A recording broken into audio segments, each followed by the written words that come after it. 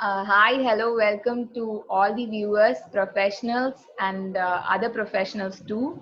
I'm Supraja Veeraraghavan, pursuing my BPT final year. I'm going to present on awareness on precocious puberty and impact of modern lifestyle on reproductive health. So this is my topic. We'll move on to the topic. Contents that is to be discussed: introduction, prevalence, responsible hormones, how precocious puberty happens, classification of precocious puberty, indicators, predisposing factors, investigation, complication, medical care, dietary management, physical activities and hormonal regulations, yoga and its magic, modern lifestyle on reproductive health. So these are the topics that I'm going to discuss. And introduction. So we'll start with the introduction. So what is precocious puberty? So you all might know what is puberty. So puberty is nothing but the starting of sexual characteristics, secondary sexual characteristics. So this starts at the age of 8 years in females and 9 years in males. So precocious puberty is nothing but the early appearance of secondary sexual characteristics as well as the primary sexual characteristics. That is, the changes takes place in reproductive system as well as the characteristic based system. Okay, so the exact definition of precocious puberty will be pubertal development occurring more than 2.5 standard deviation earlier than the average age. So the age of the normal puberty and the precocious puberty will differ. That precocious puberty will occur earlier than the normal age. Okay, so this is what precocious puberty. Precocious puberty affect both physical as well as emotional characteristic of a child. Okay, so the child will be emotionally as well as physically disturbed. So this is about the precocious puberty. And next we'll move on to prevalence. I've mentioned in this slide that female to male ratio will be 10:1. That is, female will be more predominantly affected by precocious puberty than male. So that is the graph also shows the same. You can see the graph that I've mentioned, and this is about the prevalence. Responsible hormone. So we are going to move on to the responsible hormone, the hormones responsible for puberty. First we have to know the basic hormones which are responsible for puberty. Then we can finalize, then we can formulate the physiology of the puberty. So first is kisspeptin, the hormone called as kisspeptin, which is rarely talked about in today's scenario. Kisspeptin is the first hormone. And next is gonadotrophin releasing hormone, which is the main hormone that is released by hypothalamus.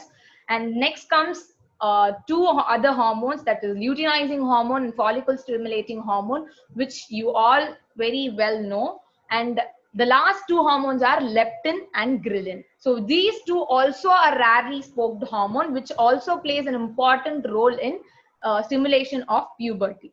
So kisspeptin. So this hormone regulation will be a cyclic regulation where the leptin stimulates the kisspeptin hormone and ghrelin suppresses the kisspeptin hormone. So this will be a balanced stimulation. So leptin and ghrelin should be balanced. If the level of leptin is higher than the level of ghrelin, then it causes the early puberty. That where the leptin stimulates the kisspeptin in an early stage. So this is what is a hormonal regulation for a puberty and precocious puberty. So we'll move on to the physiology, that is how precocious puberty happens. So before knowing how precocious puberty happens, you need to know how puberty happens. So I've mentioned the very beautiful pic, actually, the HPG axis. So many might are not aware of this HPG axis. So what is HPG axis? Is nothing but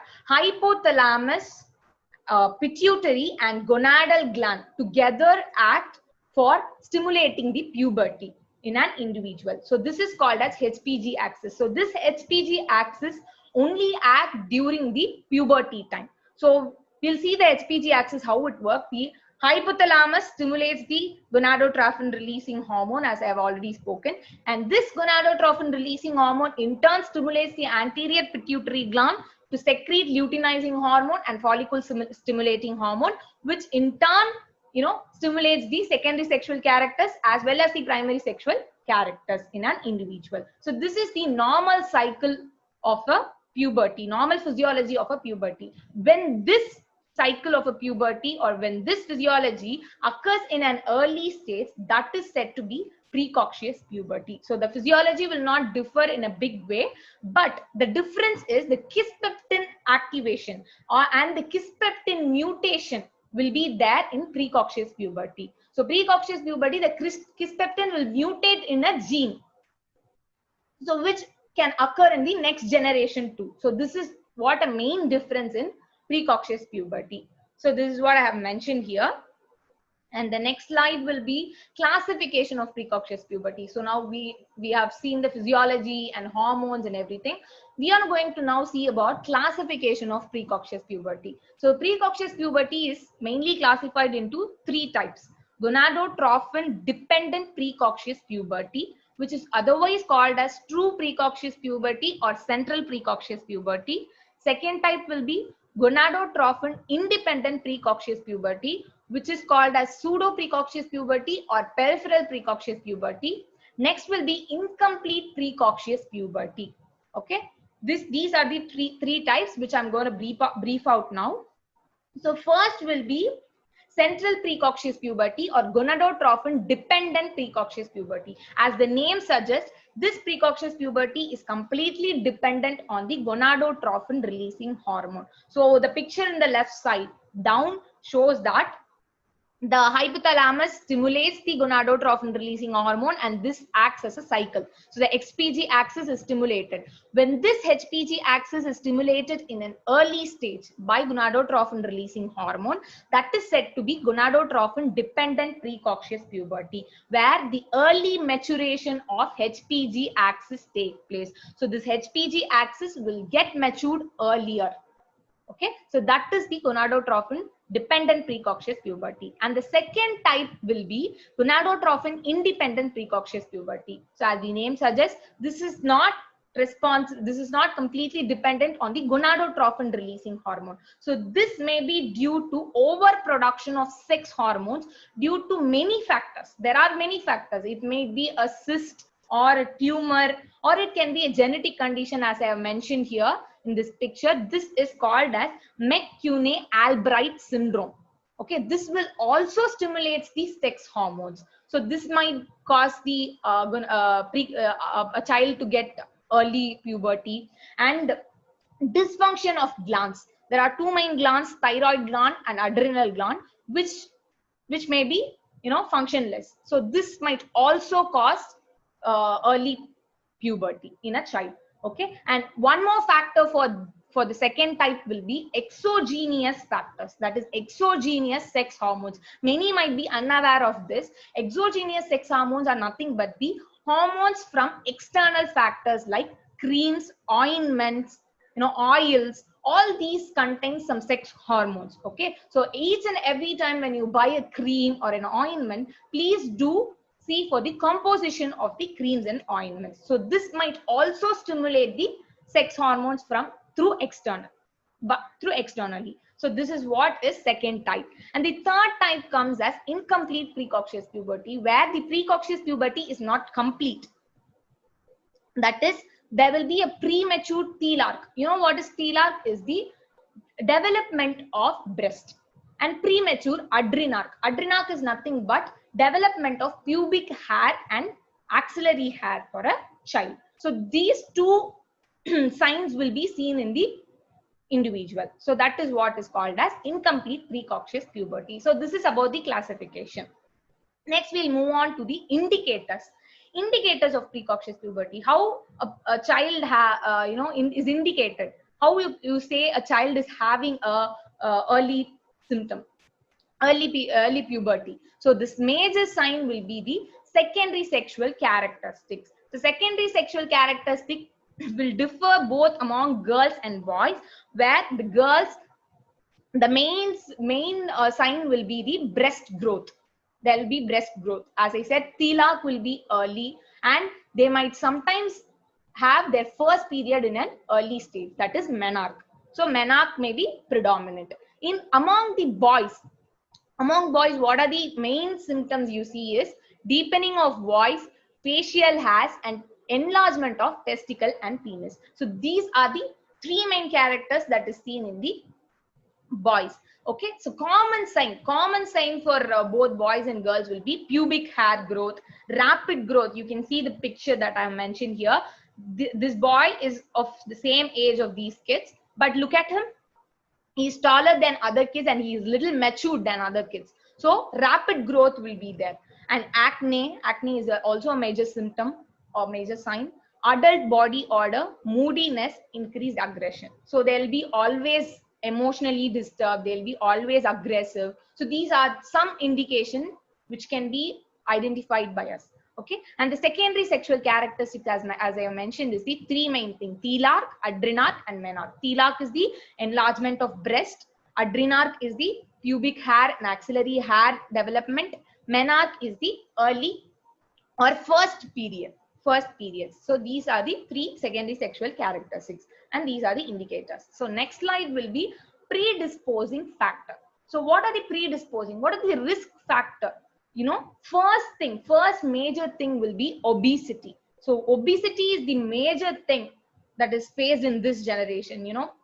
And there will be the intake of unhealthy foods, intake of junk foods, lot of junk foods, and undertake of nutritional foods. There is no proper nutrition in a child nowadays. Okay, so that is the main thing: obesity. And exposure or ingestion to products containing testosterone or estrogen. So that is also a major thing. As I said, sex hormones are present in creams and ointments. So without knowing, unknowingly, child or children will take these creams and ointments. Probably the mothers and fathers, even they don't know about the sex hormones present in the creams and ointments. So this unknowing cause can also cause precocious puberty. And the third thing is radiation through a lot of therapies that the child takes place, therapy for cancer, leukemia.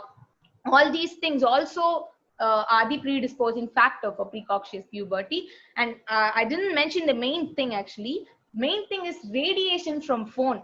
Nowadays, radiation from phone and laptop also causes, also as a predisposing factor for precocious puberty. And the fourth thing is binge eating. Binge eating is, eating continuously, or, eating only junk foods all the time. Now, children are only eating junk foods rather than, other foods, other healthy foods, fruits and vegetables are not, taken by many kids. So only junk foods are taken by children. So that is called as binge eating. And genetic risk factor, as I already mentioned in the physiology, the kisspeptin gene will mutate in the kisspeptin receptor, or this kisspeptin hormone will mutate in the gene, which in turn causes the next generation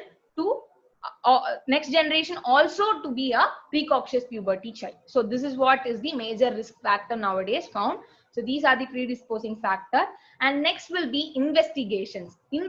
So you can find a secondary sexual characteristic in an individual, but there should be a proper investigation for concluding or for diagnosing the precocious puberty. So you can keep the key feature as early sexual maturation. As I already said, secondary sexual characteristic can be a key factor, but it cannot be a diagnostic factor. So there are certain diagnostic factor which include blood test, X-ray, ultrasound, CT scan, and MRI, Tanner scale. In blood test, they usually check the level of hormone, mainly the level of luteinizing, follicle stimulating, estrogen, testosterone, and thyroid hormones. So this is the blood test taken. Okay, and next will be the X-ray.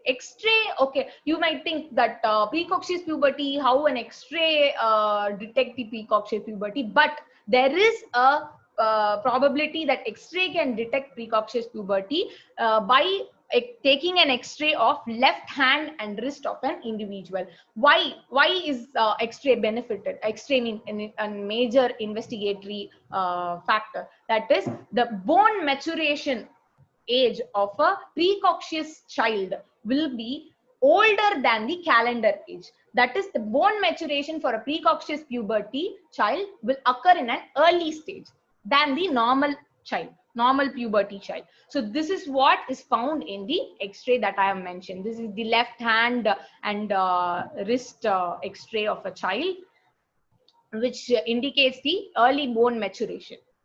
And this will, and next will be ultrasound. Ultrasound mainly taken in adrenal glands, ovaries, or testes. So that also I have mentioned for the changes in adrenal glands and ovaries can be detected. CT scan and MRI, it is also used for taking adrenal gland. You can investigate the adrenal gland. And the last but not the least, Tanner scale. Tanner scale is the assessment scale for assessing the puberty stages in a child. So you can classify it into 5 stages, where in each stage there will be difference in sexual characteristics of a child. So this is the this picture indicates the Tanner scale, and these are the investigations for precocious puberty. Moving on to complications. So what are the major complications that can occur from precocious puberty is short height and social and emotional problems. So you might think, I've already mentioned there is a rapid growth, then how come the child will be in a short height? But this rapid growth will stop at a stage, and the child will be in an abnormal height, that is short height than the peers. This is major problem nowadays. Short height, peers might abuse the individual. So because of abusement, the child might get emotional problems, and the child might go for social distancing. So, and they might also go for ultimate depression. So this is a major complication that is faced by a precocious puberty child. Okay, and these are the complications. And moving on to medical care. So medical care, what can be the medicine that can be given for a precocious puberty? That taking a factor into classification, take classification as the major thing. Central precocious puberty, you can first for central precocious puberty, GnRH is responsible for causing this central precocious puberty. So for inhibiting the GnRH analogs are given. So these GnRH analogs sits on the receptor of GnRH, and it inhibits the stimulation of anterior pituitary gland. So this is what is GnRH. This is why GnRH analogs are given to an individual. The second thing will be peripheral precocious puberty. For peripheral precocious puberty, it completely depends on the cause. So as I said, the causes might be due to cyst or tumor, or it might be due to McBurn-Albright syndrome. So there are various causes, dysfunction of glands or exogenous factors. So depending on the causes, medications may vary. So in case of tumor or cyst, surgery is completely required. So these are the medical care. And moving on to dietary management. So what a diet can be given to a child with precocious puberty? So no diet, there is no particular diet for a precocious puberty, but a healthy diet pattern should be followed. A traditional diet pattern should be followed rather than the unhealthy diet, like vegetables, fruits, red meat, white meat, aquatic and seafood. These all can be taken, but except of junk foods, burgers, pizzas. These will completely, change the hormone regulation in an individual. And balanced uptake of caloric, protein, iron, calcium, zinc, and folate are required. So these also should not be in a higher or low level. Okay, these should be in a balanced uptake. So this is about dietary management. Moving on to physical activities and hormonal regulation. So nowadays, physical activities in children are completely reduced, and there is no physical activities to say. So this physical activities, by giving physical activities, even hormones can be regulated. There are studies that indicate physical activities can regulate hormones. So first of all, early puberty can also be managed by physical activity. So at least 30 to 60 minutes of physical activity for a child can regulate the hormone level, as well as it is a stress buster too. Okay, so they have I've mentioned some pictures of children working on their exercise and physical activity patterns. So this regulates the hormones and make a balanced hormone level. Okay, so this is what I have mentioned. And next, moving on to yoga and its magic. So yoga is also one of the best management for precocious puberty, where practice of sun salutation, this is called as Trataka Pranayama, where this child focuses on a point and does the meditation. And this is also a very, very, very beneficial pranayama for balancing the hormones as well as delaying the onset of puberty. So this is best as far as I know. And this is called as Nadi Shodhana Pranayama, which is alternate nostril breathing. This is also commonly followed by a precocious individual. This can also be followed. These are some of the yoga that I've mentioned. And moving on to the next best topic, a magic topic, modern lifestyle and reproductive health. So how a modern lifestyle affects the reproductive health? So nowadays we are following more of this cycle, 365 days we are on only all these things. So how this affects the reproductive health? So moving on to that, the modern lifestyle have a greater and big impact on reproductive health as well as the fertility of an individual. It might be a female or a male. Both are getting affected by the modern lifestyle that is adapted. So the first and foremost thing is physical activity again. Physical activity plays a major role in reproductive health. So how much ever you activate your body, how much ever you keep it on exercise, your reproductive system will be balanced and it will be healthy. But in this generation, there are no physical activities. There are very minute physical activity, so which decreases the fertility in an individual and increases the obesity in children, which lead to early puberty. So this is the major thing that is faced in modern life. And the second thing is obesity and nutritional disorder. So these two are also the major factor that plays an important role in modern life. So there are people with increased BMI and that affects the primary function of reproductive system. So obesity mainly affect the reproductive system. First and foremost, it affects the reproductive system.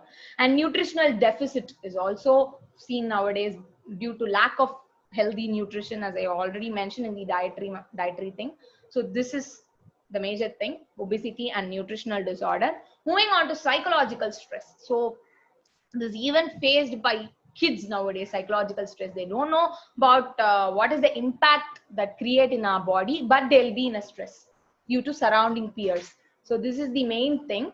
Stress, whether physical or social or psychological, is an important factor in the modern life. So this might also affect the fertility of an individual. The elements of psychological stress that includes anxiety, depression, and other psychological disorder also. So this majorly affects women, and of course we have a very sensitive system, so which affects the reproductive health. Drugs, alcohol, and smoke. So the picture speaks again. The picture speaks. Drugs, alcohols are nowadays very commonly used by women, and which is the major cause of infertility. Alcohol consumption is the major cause of infertility, and cigarette consumption is also the same, because cigarette contains more than 400 chemicals which affects the fertility of an individual. So this is about drugs, alcohol, and smoke. Moving on to cellular phones and radiation, which is very common even with the children. They all the time they will be in the phones, mobile phones, games, and everything. We don't know how much radiation it produces. We are unknown of the radiation, but this radiation have a greater impact on fertility as well as reproductive health. Okay, the picture speaks again. You can see the picture. Two children standing with a phone, they're taking selfie, and a girl with a phone, headphones, and thing. Okay, so next will be air pollution. So air pollution is a common nowadays, is common throughout the world actually. So air pollution will affect the female fertility by leading to preterm births, miscarriages, spontaneous pregnancies, pregnancy loss, or fetal demise. So these are the major problems which are faced through air pollution. And the next, these are my references, the references that I mainly focused on. And some literatures were also taken from websites. So there are no big literatures for or big articles for precocious puberty, because the research are they are still in research, precocious puberty. So this is a brief explanation about precocious puberty and modern life. And thank you for your patience. Thank you for listening to my presentation. And thank you for this opportunity, organizers of oratorship contest. And I should say thank you, Dr. Nitish Kumar Arora. Please like, share, and subscribe Dr. Nitish Kumar Arora's channel. And again, once again, thank you, everyone. Thank you.